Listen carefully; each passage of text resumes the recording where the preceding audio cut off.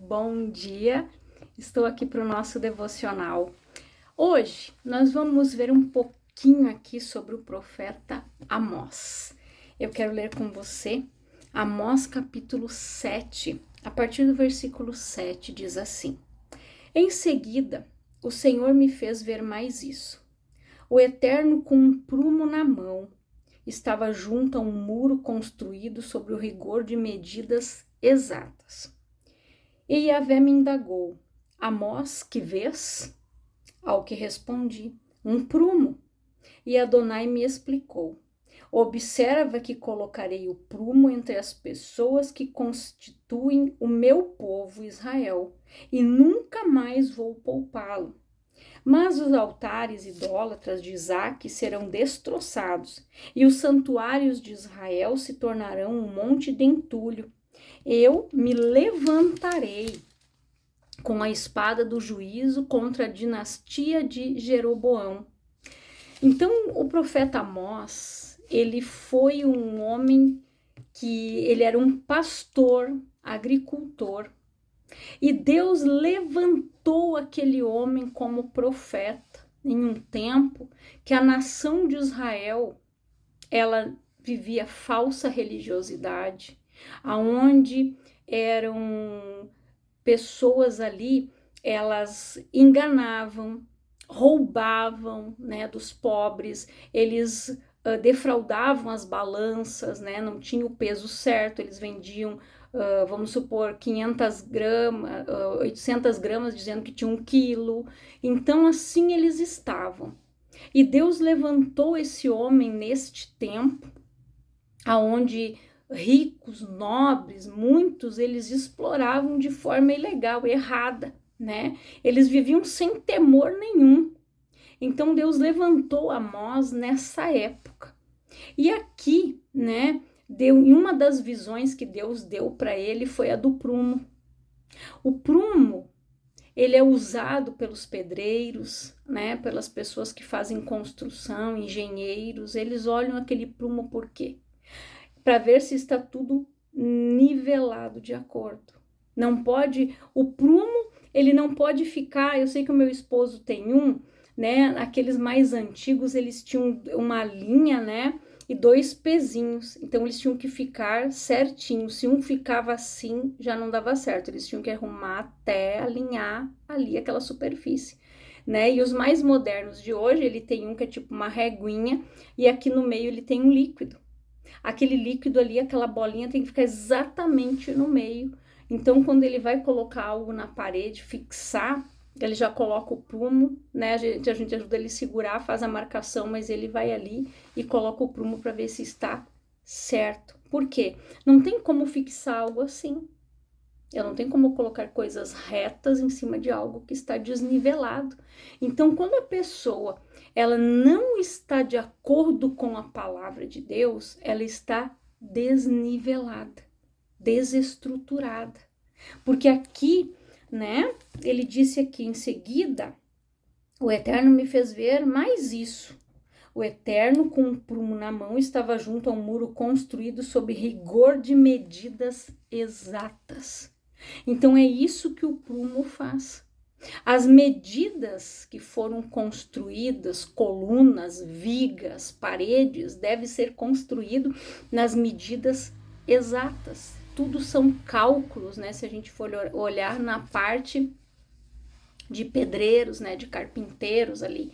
Então, o prumo de Deus, ele também, ele serve para nós. Aqui ele viu Deus com aquele prumo na mão, colocando aonde? No meio do povo.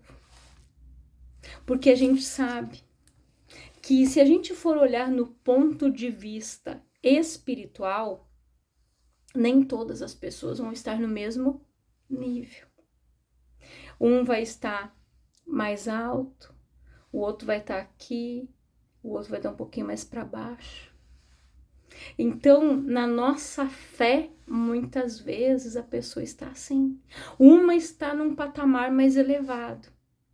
A outra, às vezes, está como o pai daquele menino lunático, né? Que me ajuda na minha incredulidade. Às vezes, a pessoa está ali, incrédula, totalmente desnivelada, né, espiritualmente, mas ela precisa buscar. Ela precisa buscar a presença de Deus, para que Deus vá limpando, removendo aquelas imperfeições, para que ela possa estar estruturada na rocha que é Cristo. É a principal base, é a nossa estrutura, é a nossa base, a nossa fortaleza é Cristo, a nossa rocha. Nós precisamos estar com os pés firmados nela. E aqui Deus ele usou esta comparação. E nós não fugimos do prumo de Deus. A nossa vida deve estar nivelado de acordo com a palavra de Deus e com a vontade do Senhor. Porque quando a pessoa está desnivelada, muitas vezes ela está como Jonas. Deus disse para ele, vai para Nínive. O que ele fez? Entrou num porão de um navio e estava indo para outro lado. Aí o navio começou a perecer, né? O navio começou a perecer. E ele lá no fundo do navio dormindo. E o pessoal apavorado, desesperado, né? Achando que o navio vai naufragar, nós vamos morrer todo mundo aqui. Daí quando ele disse, não, isso é por minha causa, me joguem no mar. Quando eles jogaram ele no mar, tudo cessou. Aquele grande peixe engoliu ele. Ele ficou 3 dias e 3 noites ali, no ventre daquele peixe, até que ele foi vomitado lá perto da praia, lá onde era para ele ir pregar a palavra para o povo de Nínive. E olha o milagre ali, gente. Ele ficou 3 dias e 3 noites dentro do ventre daquele grande peixe. Você já imaginou o suco gástrico? Se você não viu ainda, pesquise no Google ali pessoas que já estiveram no estômago de uma baleia, o estado que elas ficaram. Aquele homem ficou 3 dias ali, o suco gástrico que nós temos no nosso estômago, que ajuda na digestão, você imagina no estômago de um grande peixe ou de uma baleia. É um ácido, gente. Ele corrói a pele. Aquele homem não morreu. Ele ficou ali dentro 3 dias e 3 noites, até que ele se aprumou a fazer a vontade de Deus. E Deus disse, agora tu vai. Então, não adianta a pessoa querer fugir de Deus. Amós aqui, ele é a mostra de que Deus não escolhe capacitados, mas ele capacita os seus escolhidos. E quem faz isso? O Espírito Santo. Ele convence, ele capacita, ele qualifica. Ele era um homem que era um pastor agricultor e foi levantado em um tempo para pregar, falar da destruição de Israel, falar do cativeiro. E alguns entenderam o recado, aqueles que não quiseram ouvir, né? Infelizmente sofreram o agravo. Então, nós precisamos estar nivelados pelo prumo do Senhor. Que Deus venha remover da nossa vida as imperfeições. Nós precisamos nos colocar diante do Senhor, reconhecer as nossas falhas, as nossas culpas, os nossos pecados, confessar, se arrepender e abandonar. Então são etapas. E eu preciso passar por essas etapas para que eu possa passar pelo prumo de Deus e estar ali, ó, alinhado com a vontade do Senhor. É essa a função do prumo. Alinhar. Deixar tudo retinho, tudo certinho. Tem um ditado que diz que Deus escreve certo por linhas tortas. Eu não acredito. Porque Deus ele escreve certo, no momento certo, na hora certa. Ele não chega atrasado. Como eu falei do Salmo 23, às vezes ele pega aquela ovelhinha rebeldezinha que tenta se afastar, correr um pouquinho, se acha autossuficiente, ele vai lá e quebra a patinha dela, deixa ela manquinha ali perto. Quando ela precisa caminhar, ele pega no colo. Quantas coisas na minha vida Deus quebrou. Orgulho, arrogância, muitas coisas. Então, às vezes é necessário. A gente precisa ser quebrado para ser moldado. Reconhecer que a gente é barro e que nós precisamos ser moldados pelas mãos do Senhor, para que Ele venha nos nivelar, nos colocar no nível que Ele quer que nós estejamos. E aqui também, né, fala algo em Amós 8, a partir do versículo 11, diz assim: Eis que estão chegando os dias, previne o Senhor Adonai, em que mandarei a fome sobre toda esta terra, não simplesmente a fome por comida, nem a sede de água, mas a fome e a sede de ouvir e se alimentar da palavra do Senhor. Os homens vaguearão de um mar a outro, do norte ao oriente, buscando a palavra de Yahvé, mas não lhes será possível encontrar. Isso é algo muito sério. Eu sempre digo essa palavra aqui, né? Que vai chegar um momento que as pessoas vão ter esta fome, mas não vai ter quem vai pregar. Elas vão vaguear, como diz aqui. Elas vão ir de um lugar para outro sem rumo, procurando, e não vai ter quem pregue. Porque enquanto o Espírito Santo está aqui, a palavra está sendo pregada. Ele convence da justiça, do juízo e do pecado. É o Espírito Santo que impede que o caos, que a maldade predomine. Porque o anticristo, ele só vai operar mesmo livremente o dia que o Espírito Santo foi retirado daqui. Aí a maldade vai imperar. O mal só não acessa mais territórios porque o Espírito Santo está aqui. Porque ele está nos convencendo a estarmos nivelados pelo prumo do Senhor. É o Espírito Santo que vai nos convencendo para que a gente abandone o pecado, para que a gente não ceda às tentações. Ele vai nos fortalecendo, ele vai nos capacitando, assim como ele capacitou Amós, assim como Deus usou Abacuque, aonde Abacuque foi aquele que fez perguntas para Deus. Ele disse: Senhor, até quando? Ele já estava cansado de ver a impiedade, a maldade. Ele disse: até quando? E Deus respondeu para ele. Leia lá o livro de Abacuque, que você vai ver. E Deus respondeu. Deus responde as nossas perguntas. Às vezes nós fazemos questionamentos, às vezes nós nos deparamos com situações que nos fazem refletir. A gente diz: Senhor, mas por que isso? Por que essa pessoa está passando por esse vale, Pai? Por que ela está passando por esse deserto, Senhor? E a gente ora, pede para Deus abençoar aquela pessoa. Só que naquele vale, naquele deserto que ela está passando ali, às vezes é um caos. Deus trabalha lá também. O deserto é a escola do Senhor. Deus precisa trabalhar essa pessoa nesse deserto, nesse vale, para alinhar. Porque ela não pode estar assim. Ela tem que estar aqui, retinha, alinhada, segundo a vontade de Deus. Então, nós precisamos pregar a palavra, porque vai chegar um momento que as pessoas vão querer, mas não vai ter. As pessoas, a palavra diz que vai chegar um momento, e já está aí, em que elas terão comichões nos ouvidos. Tem gente que só quer ouvir o que quer ouvir. Tem igrejas que, para ficarem cheias, passam a mão por cima. Não falam.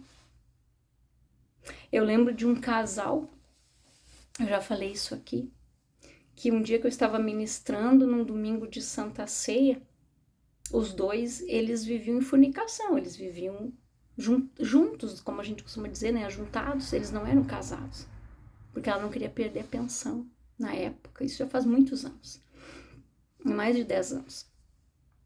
E eu falei, quando eu estava ministrando a ceia, dei a palavra, e eu disse, olha, eu não sou ninguém, muito menos o pastor, ninguém vai dizer, você pode, você não pode.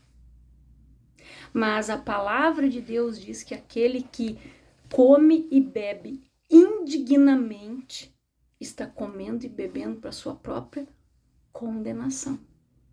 Por isso que a palavra fala, examine-se, pois o homem a si mesmo, depois coma deste pão e beba deste cálice. Então, primeiro eu me examino. Se eu não estiver no prumo, eu não participo. Se tiver algo que eu não me consertei, não pega.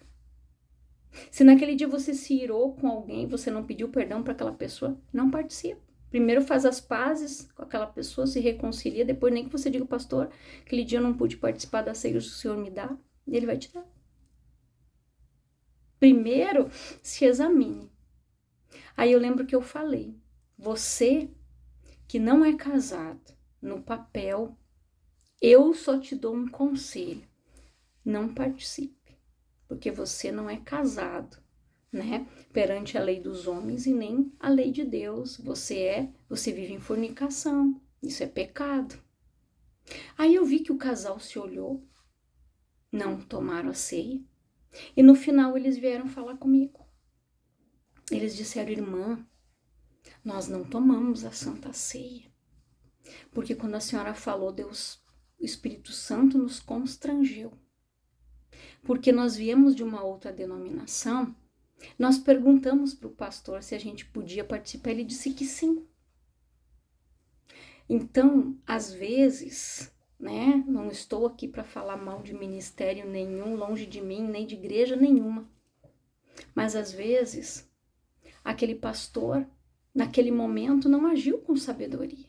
Ele poderia ter dito sim, mas às vezes por medo de perder a ovelha, de perder aquela pessoa, ele concorda. Nem que ele vá falar depois. Só que eu falei na hora, no exato momento. Por quê? Se eu não falasse, eu ia ser cobrada. Se eles continuassem fazendo aquilo ali, hoje eles têm conhecimento. Não sei, depois eles me disseram que eles iriam se casar, eles se mudaram daqui da nossa cidade, mas eu creio que se casaram, que eles estavam bem, né? Eles disseram, não, nós vamos dormir em camas separadas até a gente se casar. Então, olha o que Deus fez. Eles se colocaram no prumo. Decidiram se alinhar com a vontade de Deus. Então, quem convenceu? O Espírito Santo, não fui eu. Porque eles foram constrangidos. Eles não participaram da ceia. E eles disseram, porque a gente perguntou, porque a gente não queria fazer nada errado.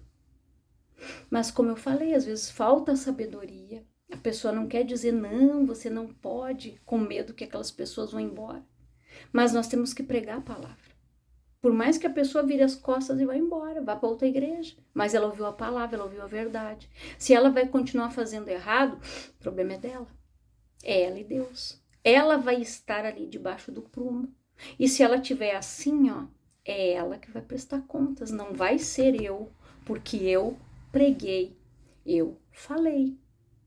Então, se eles seguissem depois fazendo errado, daí era com eles. Eu falei, porque a palavra diz que se eu não falar para o ímpio e ele morrer na sua impiedade, Deus vai cobrar o sangue dele de quem? Das nossas mãos. Então nós precisamos pregar a palavra. Nós precisamos advertir com amor, com sabedoria. Como eu falei para eles, eu falei para toda a igreja, eu disse, ó, eu não tô aqui e eu não sou ninguém para dizer tu pode, você não pode.